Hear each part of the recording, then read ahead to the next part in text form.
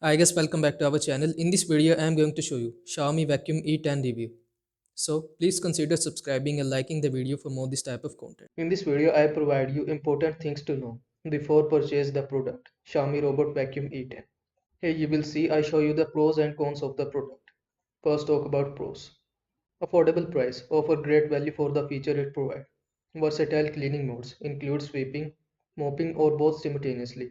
Good suction power, 4000 PS suction effectively cleans dust, dirt and pet hair. Slim design, navigate under furniture with ease. Smart navigation uses gyroscope-based mapping for efficient cleaning. App control, integration with Xiaomi Hope app for scheduling and monitoring. Long battery life, cover up to 110 minutes of cleaning on a full charge. Quiet operation, minimal noise during cleaning. And here you will see the cons of the product. Limited mapping accuracy. Gyroscope navigation is not as precise as larger base systems. No optical avoidance. May bump into small object or cables. Basic mopping feature not suitable for heavy stains or deep cleaning. Small dustbin require frequent emptying during large cleaning tasks. No virtual barriers. Lack advanced feature like no-go zones or room-specific cleaning. So before purchase the product, you will need to consider these things. The pros and cons of the product.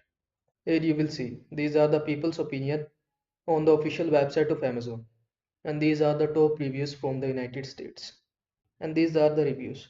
One people says that you can't set up restricted zones or invisible borders, so it does not go where you don't want it to go. And another people says that technology from the last century does not return to its base, and apparently it does not have a sensor since it collide with absolutely everything in its path.